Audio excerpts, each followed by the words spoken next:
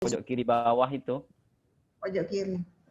Karya yang sama kan kotak kecil itu kan. Mana zoomnya hilang lagi. Buka lagi berarti. Aduh. Oke, baik mahasiswa, mungkin Ibu lagi mencari ya, sambil saya kerja dulu. Ya, mungkin Ibu mencari dia tuh zoom-nya itu kan kita minimize gitu kan biasanya. Jadi untuk di full kan lagi ya. Kalau minimize kan dia kecil, jadi pojok kecil aja deh. Baik, mahasiswa semuanya, kita maklumi tadi kita sebenarnya mau menggunakan mau menggunakan Big Blue Button yang ada di e-learning, tetapi terjadi banyak gangguan. Bukan kita saja, bahkan semua dosen itu seperti itu, karena memang masih tahap perbaikan dan seterusnya. Kita lanjut ke Zoom saja. Di sini di e-learning sudah ada pembagian tugas untuk beberapa pertemuan ke depan, tetapi ini kita awali dengan kegiatan bagaimana kita mengenal seperti apa sih profesi itu, gitu kan, dalam konsepnya saja dulu, ya. Di sini kalau kita lihat bahwa profesi itu suatu kepercayaan bahwa suatu keyakinan atas sebuah kebenaran. Ini menurut Udin, ya, kita ambil dari bukunya tahun 2009, bahwa sebuah profesi itu memerlukan sebuah keyakinan dan kredibilitas dari seseorang. Maka profesi itu bukan pekerjaan yang seperti buruh dan lain sebagainya. Kalau buruh itu boleh dikatakan pekerja, tapi profesi ini memang punya standar dan punya etika dan punya karakteristik tersendiri. Berikutnya ada juga dikatakan bahwa profesi itu merupakan bidang pekerjaan yang dilandasi dengan keahlian. Nah, itu kan. Jadi keahlian itu ada keterampilan, juruan, dan jadi punya keahlian. Maka PLS, apa profesi PLS yang punya keahlian, gitu kan? Apa keahliannya? Kita banyak sekali mengenal profesi-profesi yang digeluti oleh pendidikan luar sekolah. Termasuk di masyarakat ada agen pemberdaya, fasilitator. Nah, terus kalau ditanya, apa keahlian fasilitator? Nah, di dalam perkuliahan inilah dibekali bahwa dengan mata kuliah yang sangat banyak kalian ampu, nah disitulah dibekali keahlian-keahlian itu. Ya, keahlian ini tentu banyak, bukan hanya berarti skill, keterampilan yang bersifat hard, ya. Ya, benda jadi Masuk. Yang hard skill ya mungkin keterampilan menjahit, bisa menjahit. Kita tidak diajar untuk bisa menjahit. Tetapi kita diajarkan soft skill-nya, bagaimana mengkoordinir, memadukan atau mengorganisir ya kegiatan pelatihan menjahit. Nah, itu sebuah keahlian. Maka profesi PLS itu harus dilandasi dengan bidang keahlian tertentu, gitu. Nah, ini konsep dasar bahwa mahasiswa semua boleh mencari referensi yang lain bahwa itulah sebuah profesi. Jadi profesi bukan sembarangan pekerjaan, tetapi pekerjaan yang harus dilandasi dengan sebuah keahlian tertentu. Maka nanti akan kita lihat banyak sekali jenis-jenis profesi PLS itu. Sangat banyak sekali, ya. Yang selama ini kalian sudah banyak mengenal dan tahu sekilas tentang berbagai macam profesi itu.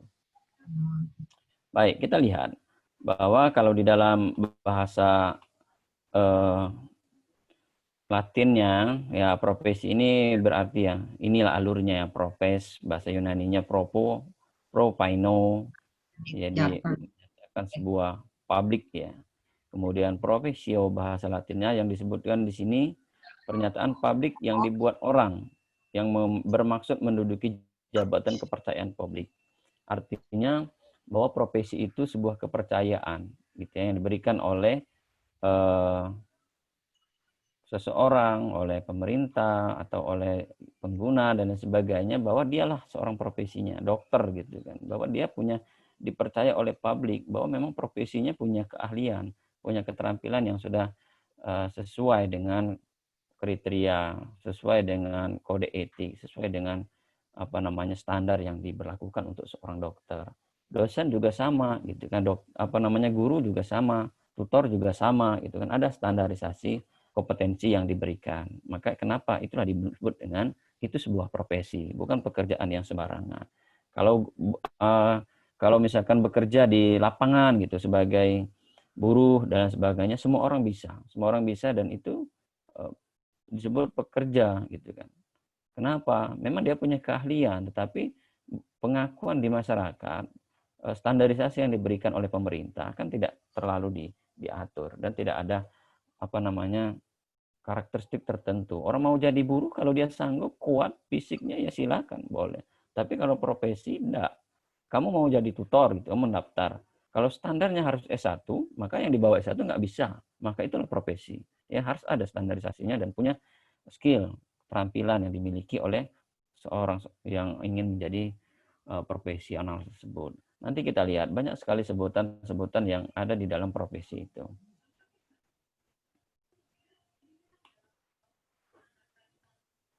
Nah, ini kalau di dalam arti berdasarkan Kamus Besar Bahasa Indonesia, jadi bidang pekerjaan yang dilandasi pendidikan keahlian yang tadi disebutkan di atas, itu pengertian profesi di dalam kamus. Di dalam sebutan lain bahwa ada berbagai bentuk ataupun jenis pengertian profesi itu. Disebut dengan kita ambil dalam ensiklopedia Indonesia sebuah apa namanya ya, berita yang ilmiah bahwa dikatakan tugas kegiatan seseorang yang mengerjakan sesuatu itu dikatakan sebuah profesi. Berolahraga, seorang pelukis, musik, gitu kan, dan lain-lain. Bukan hanya kesenangan saja, tetapi merupakan suatu mata pencaharian. Nah, artinya bahwa memang hal-hal yang digeluti oleh orang-orang yang memang sudah menjadi profesinya, sehingga dia profesional di dalam mengerjakannya, sehingga dia punya keahlian-keahlian yang apa namanya, yang dapat diandalkan ya dan diakui oleh pengguna gitu kan.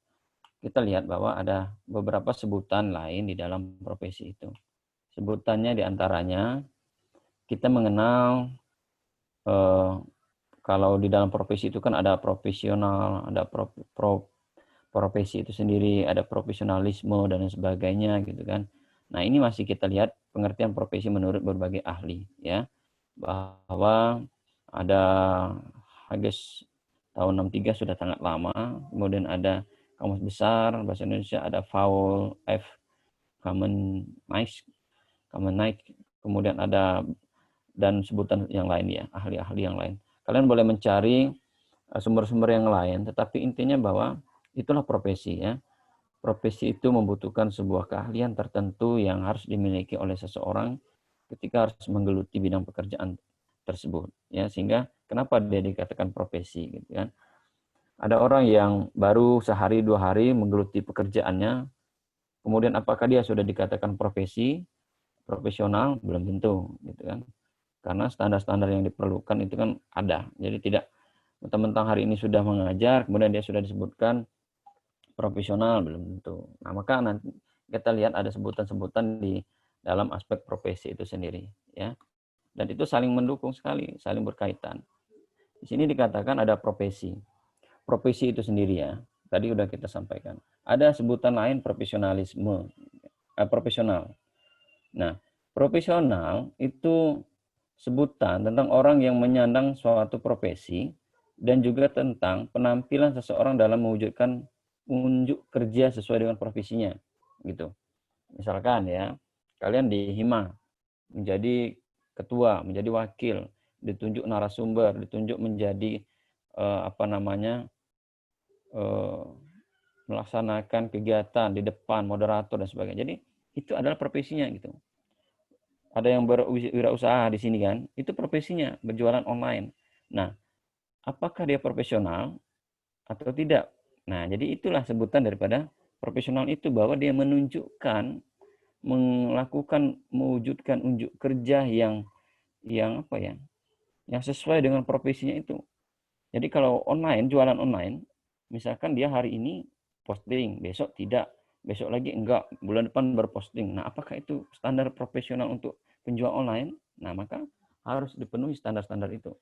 Guru juga sama gitu, tutor, pamong gitu kan, dosen, dokter dan sebagainya, itu kan profesi yang digeluti. Nah, apakah dia profesional? Maka inilah disebut dengan sebutan profesional itu adalah orang yang menyandang suatu profesi dan tentang penampilan seseorang dalam mewujudkan unjuk kerja bidangnya itu. Gitu. Jadi benar-benar ditunjukkan bahwa dia punya skill, punya keterampilan, dia mampu, gitu kan, untuk melihatkan kepada orang bahwa dia profesional di bidang profesi yang dia geluti, begitu. Ada sebutan lain, profesionalisme. Profesionalisme ini mengacu pada sikap mental itu dalam bentuk komitmen pemangku profesi untuk senantiasa mewujudkan dan meningkatkan kualitas profesionalnya. Nah, dia berurutan bahwa setelah profesional ada istilah lain, profesionalisme. Jadi ini lebih aspeknya kepada sifat, sikap mentalnya itu kan. Mentalnya itu ketika dia sudah bekerja, kemudian pekerjaan itu sudah benar-benar dilakukan dengan profesional, maka sikap mentalnya itu terbentuk di dalam dirinya. Komitmen betul terhadap profesinya. Kalau dia harus masuk pagi, maka dia harus pagi terus. Nggak mau melanggar aturan. Jadi mentalnya itu sudah kuat betul. Ada halangan-halangan lain yang menerpa profesinya. Misalkan begini saya contohkan. Kalian nanti ketika menjadi pamong, kemudian menjabat sebagai kepala SKB, gitu kan, itu profesi kamu. Dan sudah dikerjakan dengan profesional. Kemudian ada pihak lain yang berusaha untuk menggoyahkan, menyogok, dan sebagainya agar kamu bisa menerima karyawan dan sebagainya. Nah, sikap mental itu harus kamu bangun, komitmen itu terhadap profesi itu. Kalau kamu tergiur, maka ya tidak profesionalis kamu menjalankan kegiatan tugas pokok itu. Nah, harus dilakukan betul-betul. Nah, maka ini dasar daripada konsep profesi itu. Kalian harus paham betul nanti ketika menjadi seorang tutor, seorang pamong, agen pemberdaya di masyarakat, PNS, non PNS, ya harus bersifat profesionalisme lah di dalam bekerja, kira-kira gitu. Ya, ini alur daripada kegiatan profesi itu. Oke, sebentar ya.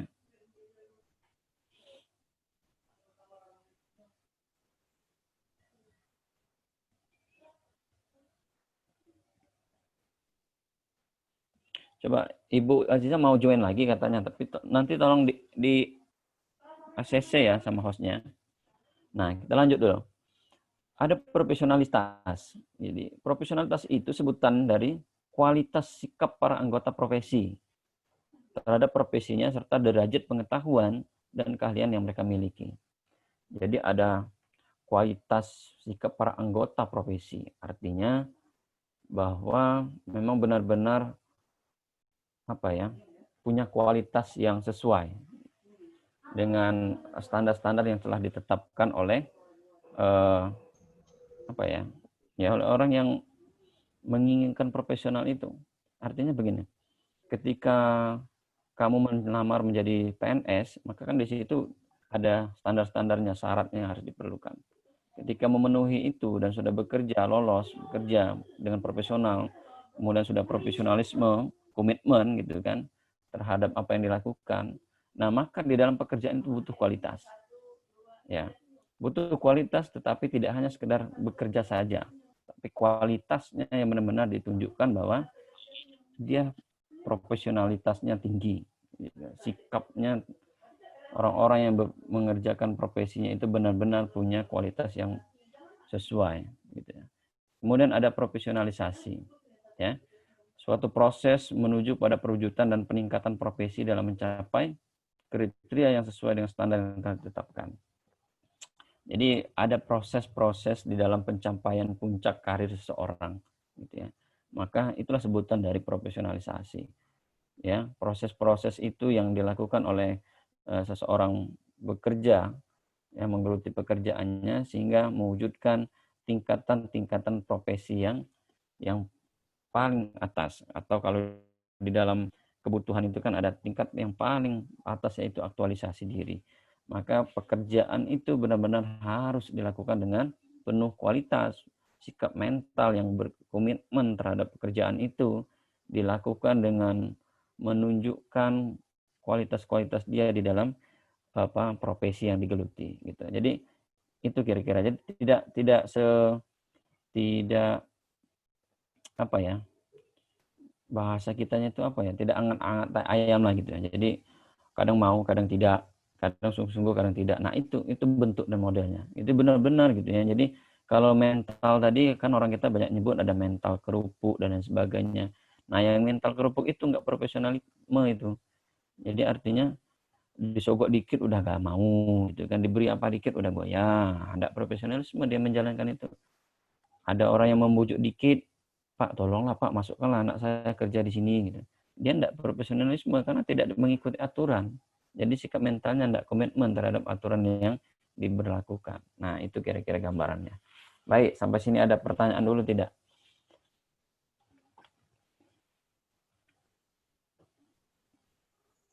Tidak, Pak. Halo Ibu, apakah Ibu Azza sudah masuk? Hostnya siapa tadi? Sudah, Pak, sudah di ACC. Oke. Ada mau bertanya? Wajibannya keluar, Pak. Keluar sendiri. Oke, saya lanjutkan nanti, tidak apa-apa. Ada yang mau disampaikan dulu? Baik, sebelum melanjutkan, coba kalian buka Padlet. Ya, kemarin kita mungkin sudah menggunakan. Terus saya ingin kita diskusi di Padlet sebentar ya. Sebelum nanti kita lanjutkan. Mana chatnya mana ini? Tunggu dulu ya. Itu ada aplikasi situsnya. Silakan kalian buka itu. Sebelum nanti kita lanjutkan materi. Sudah buka semua?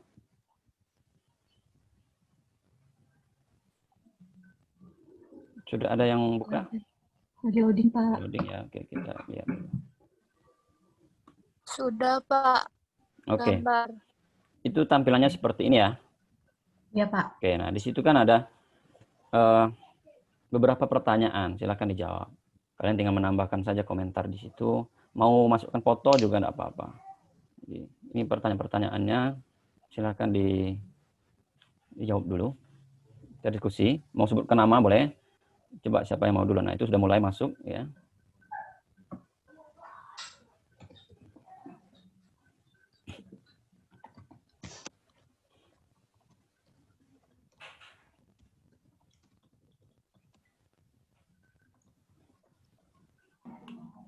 Siapa yang nulis tentara, dokter? Kan ditanya itu kan profesi PLS. Gitu.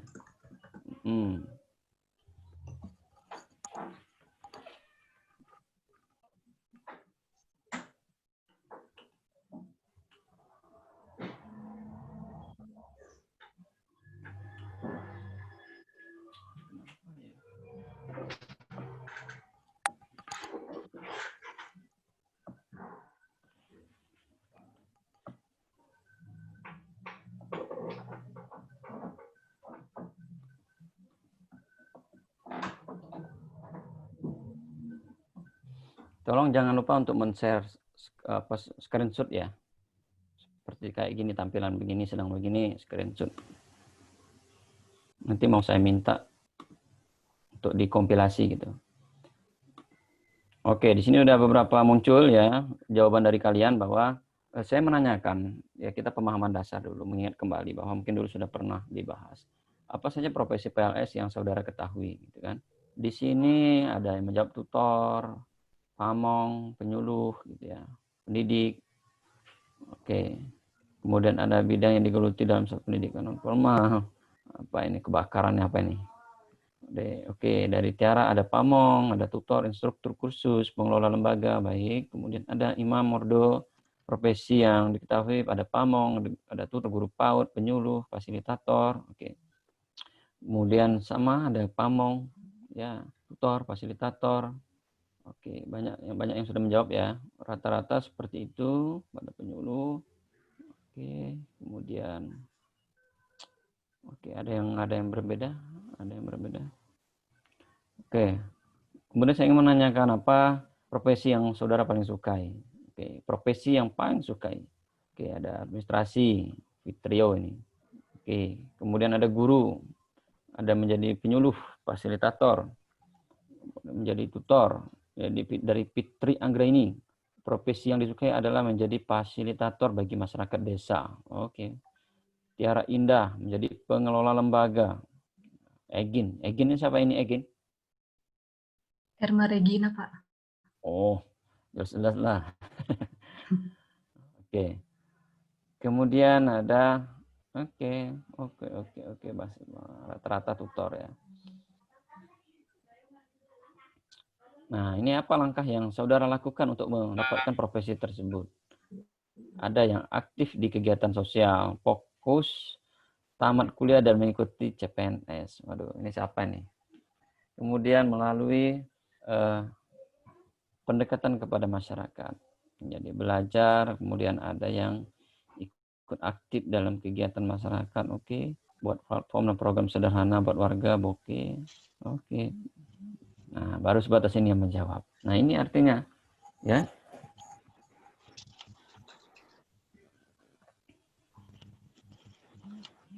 Nah, ini yang kalian sudah sampaikan bahwa pemahaman kalian sudah ada bahwa profesi PLS itu apa gitu kan. Bahwa kalian punya impian gitu yang terhadap profesi yang ingin kamu geluti ke depan setelah lulus dari S1. Kemudian apa langkah yang ingin kamu lakukan untuk menggapai profesi itu? Nah, itu yang saya tanyakan. Artinya ada langkah-langkah konkret yang harus kamu lakukan, gitu kan? Mungkin nanti ada yang menjawab, saya harus selesai di tahun sekian. Saya akan lanjut S2, saya akan melamar pekerjaan di sana, gitu kan? Saya akan membuat usaha, saya akan mendirikan lembaga, dan seterusnya. Itu langkah-langkah yang kamu lakukan, yang lebih konkret, gitu ya. Nah, tapi artinya kalian sudah memahami betul bahwa seperti itulah proses ya. Itulah proses untuk mendapatkan profesi PLS yang tadi di kolom pertama pertanyaannya. Kalau kamu mau menjadi tutor, ya tentu apa langkah yang harus kamu lakukan untuk mendapatkan profesi menjadi tutor, gitu kan? Tutor itu kan tenaga pengajar ya. Sebutan lain daripada guru, gitu. Tutor, widyaswara, guru, dosen, fasilitator, apa lagi? Itu dalam undang-undang guru dan dosen itu adalah sebutannya istilah lain daripada guru atau apa ya? Kira-kira seperti itu. Nah, ada pertanyaan sampai di sini? Saya harap aktif semua ya. Jadi ini kan bisa diakses oleh semua orang, oleh kalian. Kenapa saya lakukan seperti ini perkuliahannya? Jadi biar aktif ada sumbangsih dari mahasiswa ketika kuliah online, gitu kan? Karena kadang kalau mau bertanya langsung tuh susah untuk mengungkapkannya. Jadi saya berikan room seperti ini. Jadi biar kita tahu semua dan kalian juga kedetek gitu ya siapa ataupun yang menyampaikan pendapat-pendapat itu. Baik, ada pertanyaan dulu. Saya stop dulu ya.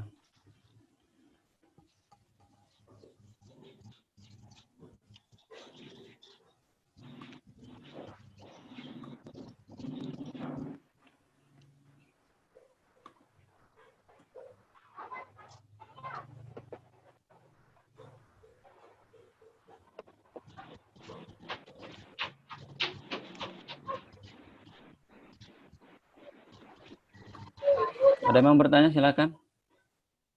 Bapak Halo, bertanya. silakan siapa? Ya, nah, terkait absen, kita absen di Google Form itu ya Pak, yang seperti biasa. Ya itu diisi untuk apa ya administrasinya program studi. Nanti di absen e-learning kan ada itu menu yang saya sediakan untuk absen e-learning, tapi nanti saya yang isikan dari yang mengisi link itu. Kalau yang link itu jadinya pertemuan ketiga ya Pak? Ya, pertemuan ketiga. Baik Pak, terima kasih. Yang lain ada silakan.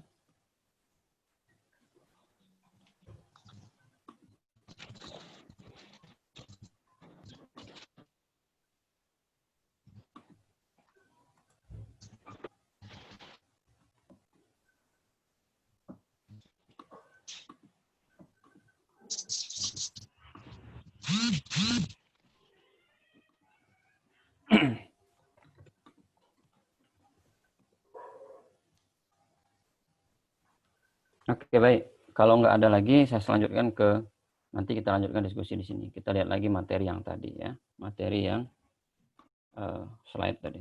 Slide itu nanti itu akan saya upload di e-learning. Jadi kalian boleh ambil di situ. Dan apa ya? Tugas yang sudah saya berikan itu harap dikerjakan betul, ya, dikerjakan betul dan sesuai dengan kriteria yang saya sudah buat di situ. Nah, di sini.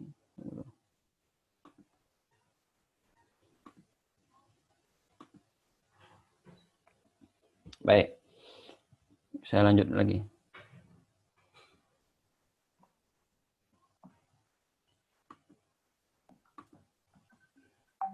Sudah muncul ini? Sudah, Pak. Oke. Nah, ini ada sebuah analogi yang kita lihat bahwa ada pekerjaan dan ada profesi, gitu kan. Pekerjaan tidak mengandalkan suatu keahlian khusus. Yang tadi saya contohkan adalah bekerja sebagai nelayan, sebagai petani, sebagai buruh dan sebagainya. Itu memang ada keahlian yang dimiliki, tetapi yang dimaksud keahlian khusus ini kan standarisasi yang diberikan oleh sebuah profesi itu, gitu kan. Nelayan itu nggak ada standarnya dalam artian begini, orang mau jadi nelayan, kalau dia mampu dan sanggup ya silakan. Tetapi kalau orang mau jadi guru, nggak bisa. Sembarang orang walaupun sanggup, tapi kalau dia nggak S1, karena standarnya udah mau dilakukan S1, ya nggak bisa. Maka itulah profesi, mengandalkan suatu keahlian khusus yang mengikutinya, gitu kan. Kemudian ada kategori profesi, ada umum, ada profesi yang umum. Ya. Profesi umum ini artinya pekerjaan yang dilakukan sebagai kegiatan pokok untuk menghasilkan nafkah hidup, nah, mengandalkan sebuah keahlian.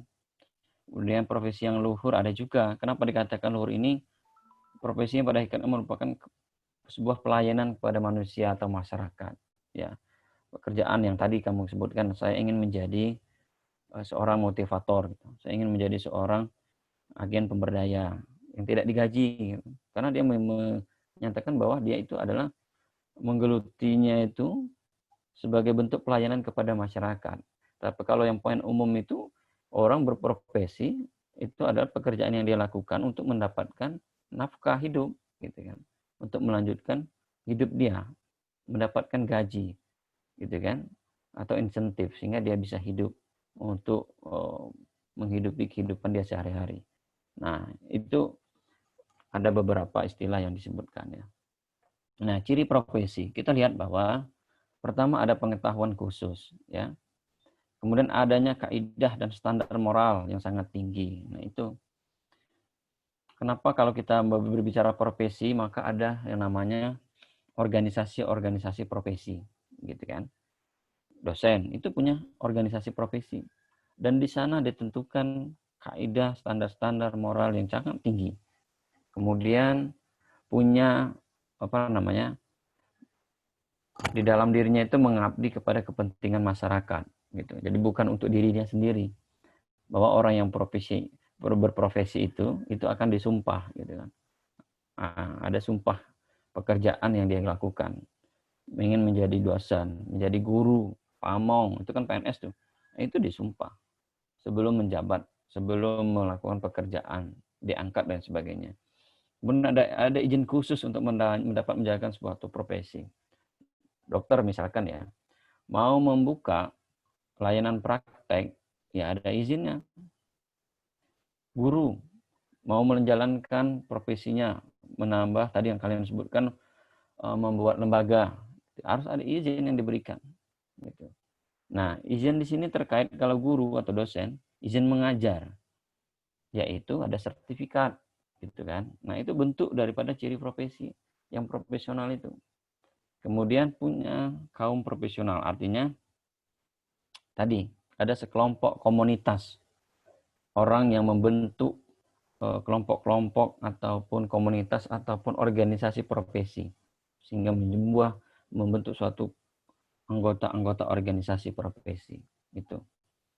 Kemudian kita lihat ada juga syarat daripada profesi tersebut. Nah, ini banyak sih sebenarnya syarat ini. Ya tentu setiap individu mungkin ada perbedaan ya.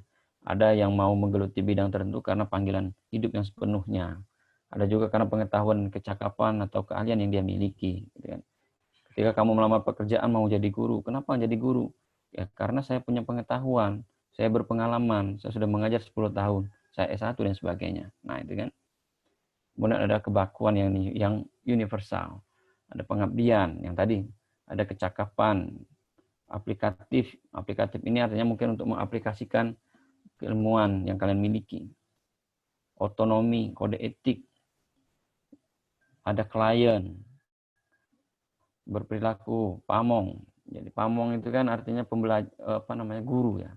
Berperilakunya bukan artinya berperilaku untuk ditiru ya, untuk menjadi contoh, bertanggung jawab dan lain sebagainya. Sangat banyak sekali ya.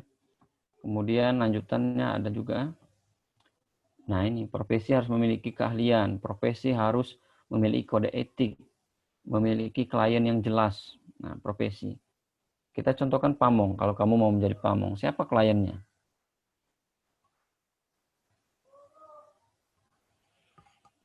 Kalian bisa jawab, siapa klien dari pamong?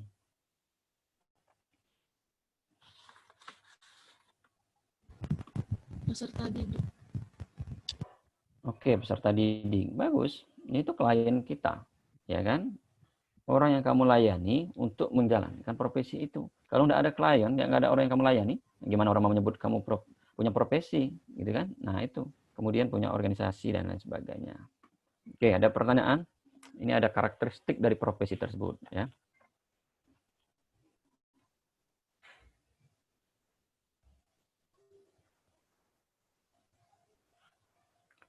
Oke, saya ingin lanjut ke yang lain. Nanti ini kalian boleh pelajari.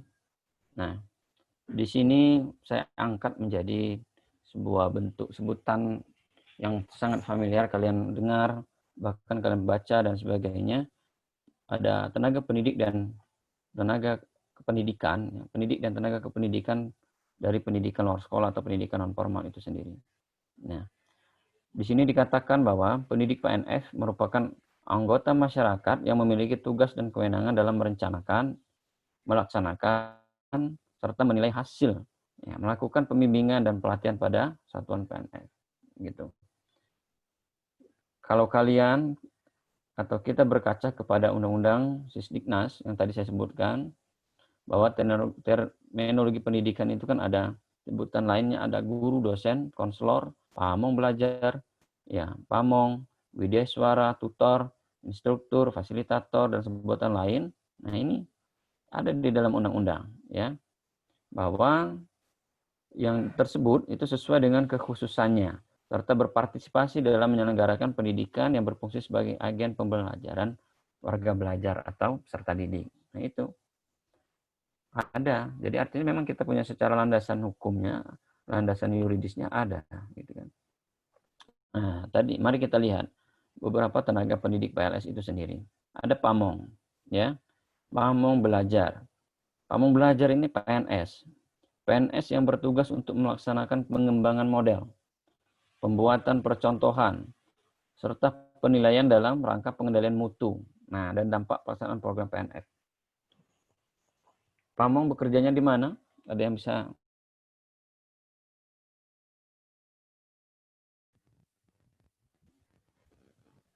Halo? Sebagai pendidik juga bisa. Pamong bekerjanya di mana? SKB juga bisa. Kenapa diam semua? PKBM mungkin Pak. KBM, Pak. PKBM. Bukan. KB. Yang lain ada?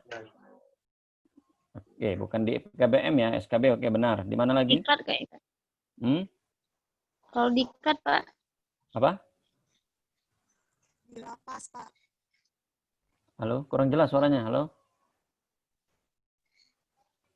Ingat ya, pamong itu yang PNS ya.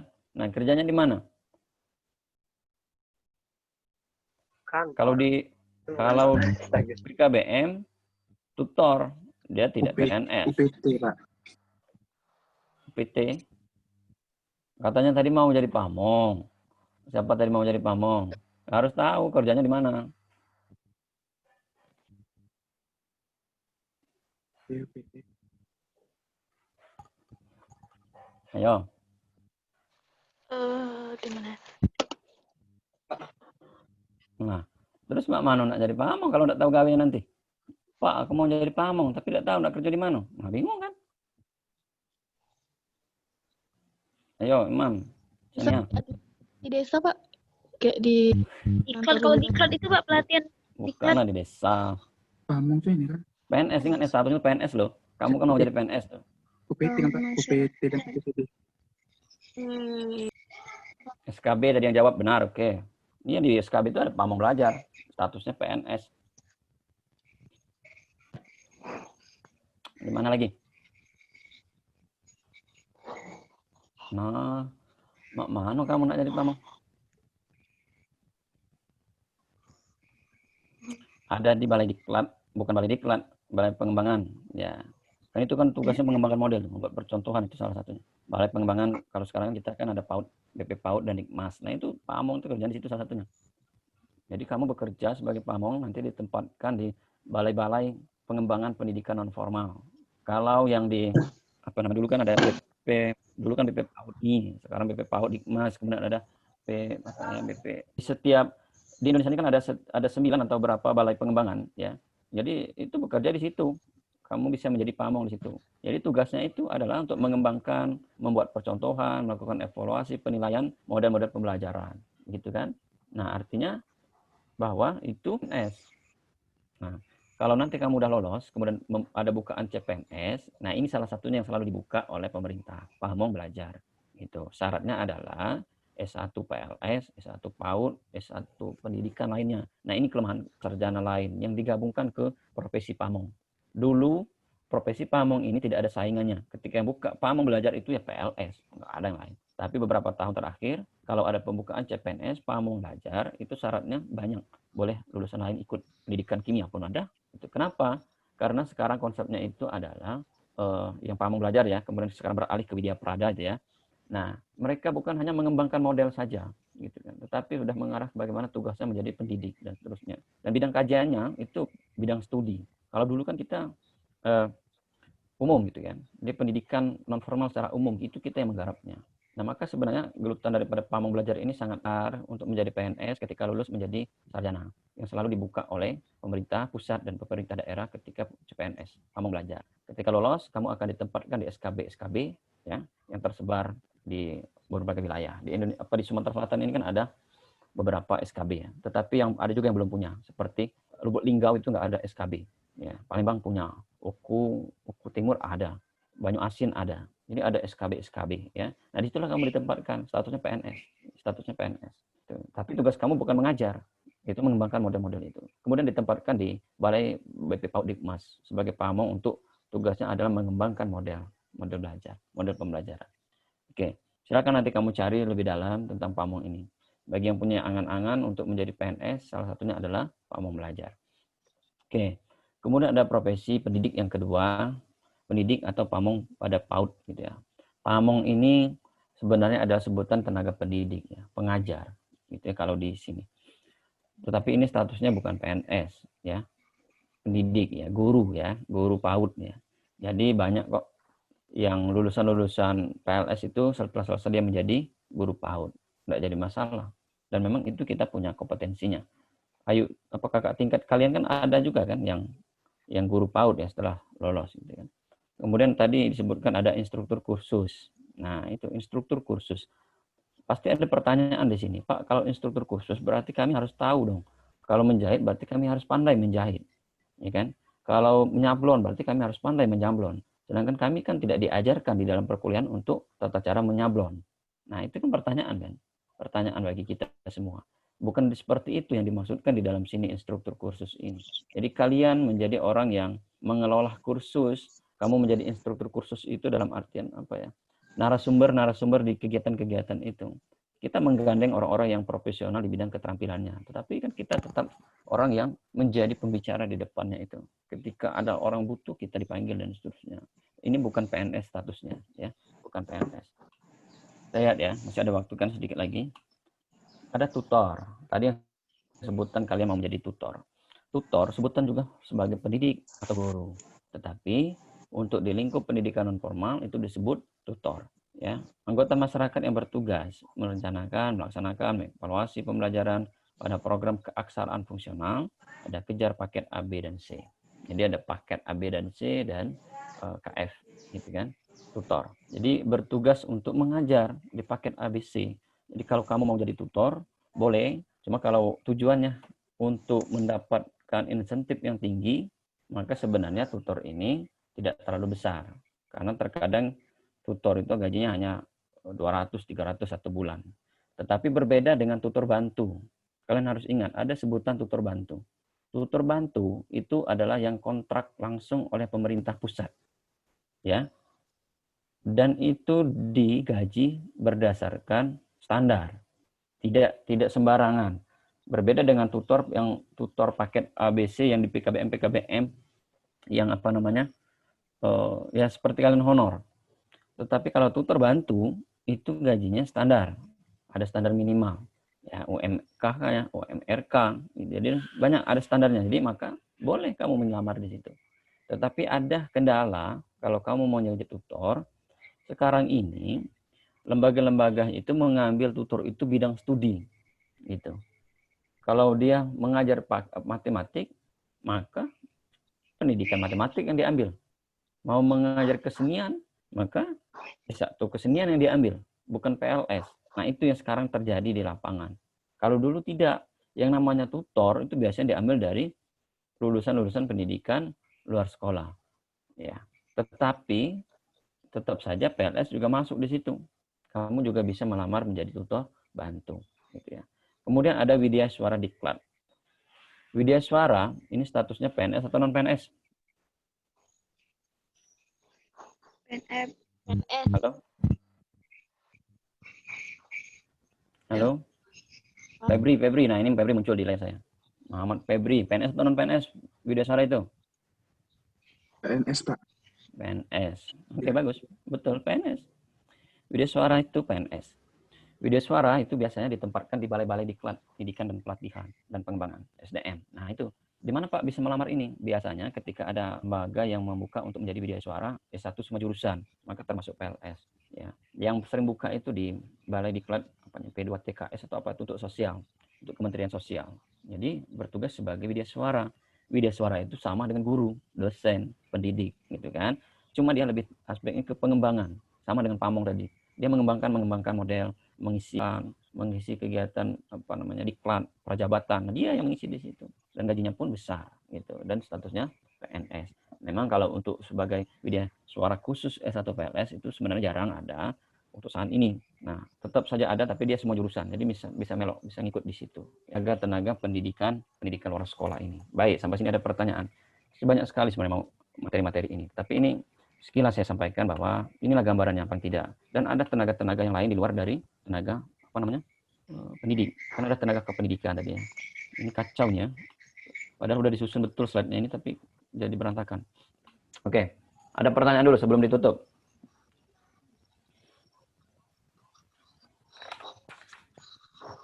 Halo.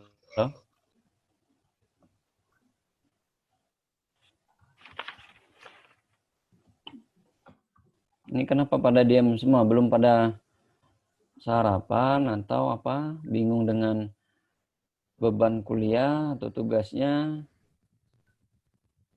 Saya ingin tanya, sudah download semua petunjuk penugasan itu? Sudah, Pak. Ya, Kelompoknya sudah dibagi belum? Sudah, Pak. belum makan. Belum. Pak. Belum, Pak. Kalau kamu belum, segera langsung dibagi. Jadi kalau sudah ada yang dapat slide-nya, petunjuk itu ya udah langsung bagi gitu ya.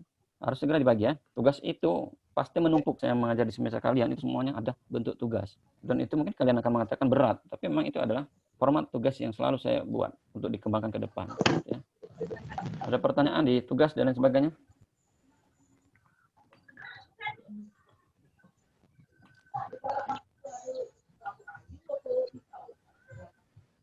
Tidak ada. Tidak ada, Pak. Kayak yang kurang semangat. Tidak ada, Oke, Pak. baik. Jadi kalau tidak ada, tugas itu tolong dibuat. Minggu depan mungkin sudah dimulai ya yang untuk presentasi. Untuk presentasi di kelas ya. Nanti teknis presentasinya akan saya buat bisa melalui Zoom ini atau aplikasi Padlet tadi atau Room akan dimanfaatkan seperti itu. Walaupun nanti pertemuan minggu depan misalkan dosennya tidak masuk secara online seperti ini, tapi diskusinya tetap berjalan. Aplikasi tadi, Padlet atau Room e-learning-nya. Jadi tidak ada kata kita libur kalau bukan tanggal merah. Gitu. Tetap dilakukan betul dan tugas ini profesi ada 2 atau ada 1 ya? Ada 2 ya? 2. Ada 2, Pak. 2 Pak. Dan semua itu kelompok. Semua itu kelompok, dan itu semua sudah saya berikan template-nya, dan sebenarnya aja sesuai dengan kelompoknya masing-masing ya. Template-nya sudah saya berikan, urutannya sudah saya berikan, apa yang harus diisi, seperti itu. Dan itu sembarangan ya, akan saya cek betul. Maka kenapa silakan dibuat, kalau nggak paham diskusikan ke dosennya, kalau sudah sampai mana boleh dikirim filenya, jadi biar dicek ya. Tugas yang kedua itu akan saya cek betul ya, sesuai dengan template yang saya berikan. Kalau nggak betul rapi-rapi, itu kelompok tugasnya, masalahnya sangat mudah sekali. Ya, dibagi 2 orang dapat berapa lembar itu dapat gitu ya. Cuma saya harapkan tidak semuanya copy paste dari internet ya, dan dicari sumber yang terkini ya, sumber-sumber yang terkini untuk internet kemudian dikumpulkan. Saya tidak mau ya. Baik. Kalau tidak ada yang bertanya, hari ini kita tutupkan karena waktunya juga sudah habis. Tolong nanti Prameswari ya yang tadi saya suruh di WA-kan ke saya ya terkait dengan perkuliahan hari ini. Dan semoga ke depan kita bisa menggunakan menu Blue Button yang ada di e-learning, karena itu wajib kita lakukan, perintah dari unsrinya untuk menggunakan itu ya, harus dilakukan walaupun dapat ketemunya mana yang lancar gitu. Seperti itu. Baik, terima kasih. Saya tutup pertemuan hari ini jika tidak ada yang bertanya.